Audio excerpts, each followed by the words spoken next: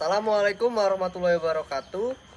Kami dari kelompok 2 ingin mempresentasikan hasil diskusi kami yang berjudul tentang evaluasi keuangan negara dan daerah.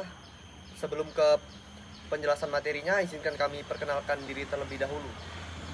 Saya Syifa Fadila dengan ujung NIM 104. Saya Chandra Adel Saputra dengan ujung NIM 113. Saya Lorenziana Imelia dengan ujung NIM 128. Saya Ilham Akbar Maulana dengan ujung NIM 108. Saya Indah Permatasari dengan ujung NIM 130. Baiklah, di sini saya akan menjelaskan materi pendahuluan. Evaluasi keuangan publik merupakan aspek penting dalam penyelenggaraan pemerintahan modern, mencakup perencanaan, penganggaran, pelaksanaan, hingga pertanggungjawaban fiskal sesuai prinsip transparansi dan akuntabilitas. Dalam implementasinya masih ditemukan berbagai kelemahan seperti penyimpangan anggaran, rendahnya serapan, dan ketidakefisienan administratif. Oleh karena itu, evaluasi keuangan menjadi urgensi untuk mengatur efektivitas kebijakan fiskal, memperkuat good governance, serta menjembatani kesenjangan antara idealitas tata kelola atau dasaran dengan kondisi empiris, sehingga pengelolaan keuangan publik dapat lebih efisien, transparan, dan berpihak kepada kepentingan masyarakat. Baik, jadi di sini saya akan membacakan tentang pengertian dari evaluasi keuangan negara dan daerah. Yang pertama itu evaluasi keuangan negara, yaitu di mana proses sistematis untuk menilai pengelolaan dan tanggung jawab keuangan negara yang dilakukan oleh lembaga independen seperti Badan Pemeriksa Keuangan atau BPK. Yang kedua itu ada evaluasi keuangan daerah, di mana penilaian terhadap pencapaian, efektivitas, dan efisiensi penggunaan anggaran dan dana publik pemerintahan daerah. Baiknya saya akan menjelaskan materi selanjutnya yaitu prinsip-prinsip pada evaluasi keuangan publik. Yang pertama itu prinsip transparansi, yaitu prinsip fundamental yang menyediakan informasi fiskal yang jelas bagi masyarakat. Kedua, yaitu prinsip akuntabilitas. Dalam konteks keuangan negara dan daerah, prinsip ini merupakan menjelaskan di mana setiap pengelolaan keuangan harus mempertanggungjawabkan penggunaan anggaran sesuai aturan. Yang ketiga, prinsip efisiensi dan efektivitas. Efisiensi merupakan prinsip yang memastikan sumber daya digunakan seoptimal mungkin, sedangkan efektivitas menilai sejauh mana program pemerintah mampu mencapai hasil yang telah ditetapkan. Yang terakhir adalah prinsip disiplin anggaran, yaitu kepatuhan pada ketentuan hukum dalam seluruh proses penganggaran. Dengan menerapkan keempat prinsip ini, pengelolaan keuangan publik dapat berjalan dengan lebih bertanggung jawab dan memberi manfaat maksimal bagi masyarakat. Baiknya, materi selanjutnya adalah teori evaluasi keuangan publik. Yang pertama itu teori evaluasi berbasis kinerja. Teori ini melihat keterkaitan antara input, output, dan outcome program. Yang kedua yaitu teori cost benefit analysis. Teori ini membandingkan manfaat ekonomi, sosial, dan lingkungan dengan biaya yang dikeluarkan. Teori ketiga adalah teori evaluasi berbasis akuntabilitas publik. Teori ini menilai sejauh mana pemerintah mempertanggungjawabkan penggunaan anggaran. Dan teori terakhir adalah teori evaluasi berbasis kinerja organisasi. Teori ini berfokus pada pencapaian target institusi terkait manajemen keuangan. Dari keempat teori ini memberi pemerintah kerangka sistematis untuk menilai kualitas pengelolaan keuangan dan memastikan penggunaan dana publik tetap efektif serta selaras dengan tujuan pembangunan. Baik, jadi di sini saya akan membacakan tentang tujuan evaluasi keuangan. Yang pertama itu untuk meningkatkan akuntabilitas dan transparansi. Yang kedua, memperbaiki kinerja pemerintah di sektor keuangan. Yang ketiga, mendukung pengambilan keputusan.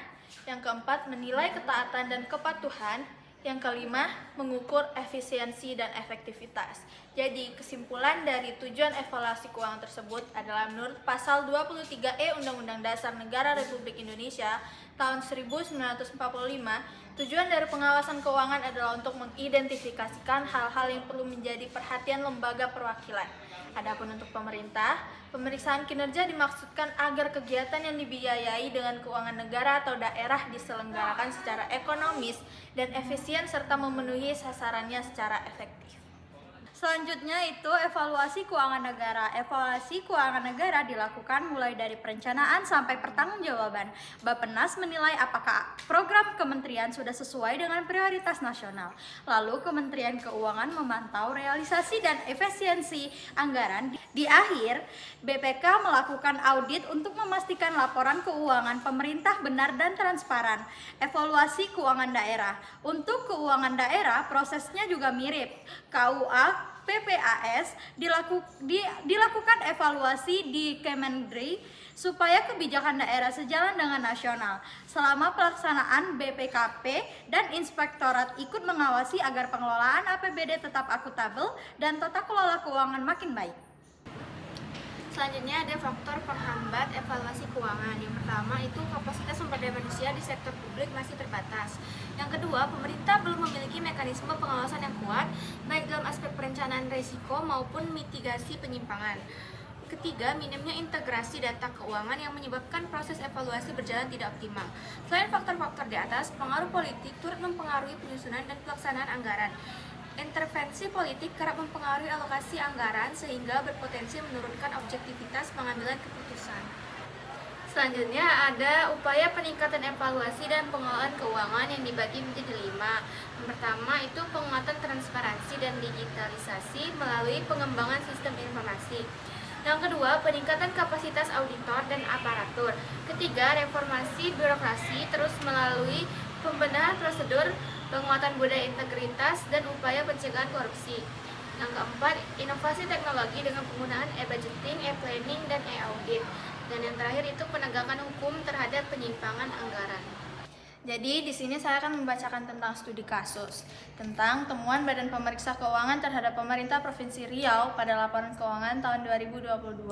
Dalam kasus tersebut memberikan opini wajar dengan pengecualian atau yang biasa kita sebut dengan WDP terhadap laporan keuangan pemerintah Provinsi Riau karena ketidaktertiban pencatatan aset tetap seperti jalan dan irigasi yang tidak memiliki dokumen pendukung memadai. Selain itu, ditemukan ketidakpatuhan dalam belanja barang dan jasa, kekurangan volume pekerjaan, serta program fisik yang tidak selesai tepat waktu meski anggaran sudah terserap. Temuan ini menegaskan lemahnya pengawasan internal, kurangnya perencanaan yang matang, serta menunjukkan bahwa efektivitas pengelolaan keuangan tidak hanya bergantung pada regulasi, tetapi juga integritas aparatur dan tindak lanjut atas rekomendasi BPK. Baiklah, di sini saya akan menyampaikan materi terakhir yaitu kesimpulan dari kelompok kami. Evaluasi keuangan negara dan daerah merupakan bagian integral dari tata kelola fiskal yang bertujuan memastikan bahwa setiap rupiah anggaran dikelola secara transparan, akuntabel, efisien, dan efektif. Kerangka hukum yang jelas, serta mekanisme evaluasi melalui berbagai lembaga pengawas menjadi landasan formal yang kuat. Meskipun demikian, masih ada beberapa kekurangan dalam implementasinya. Oleh karena itu, diperlukan penguatan tata kelola melalui digitalisasi, peningkatan kompetensi aparatur, serta pengawasan yang lebih tegas. Evaluasi bukan sekedar formalitas administratif, tetapi sarana strategis untuk meningkatkan kualitas kebijakan fiskal dan mewujudkan pemerintahan yang lebih transparan. Sekian presentasi dari kelompok kami. Apabila ada salah kata kami mohon maaf. Kami akhiri. Wassalamualaikum warahmatullahi wabarakatuh.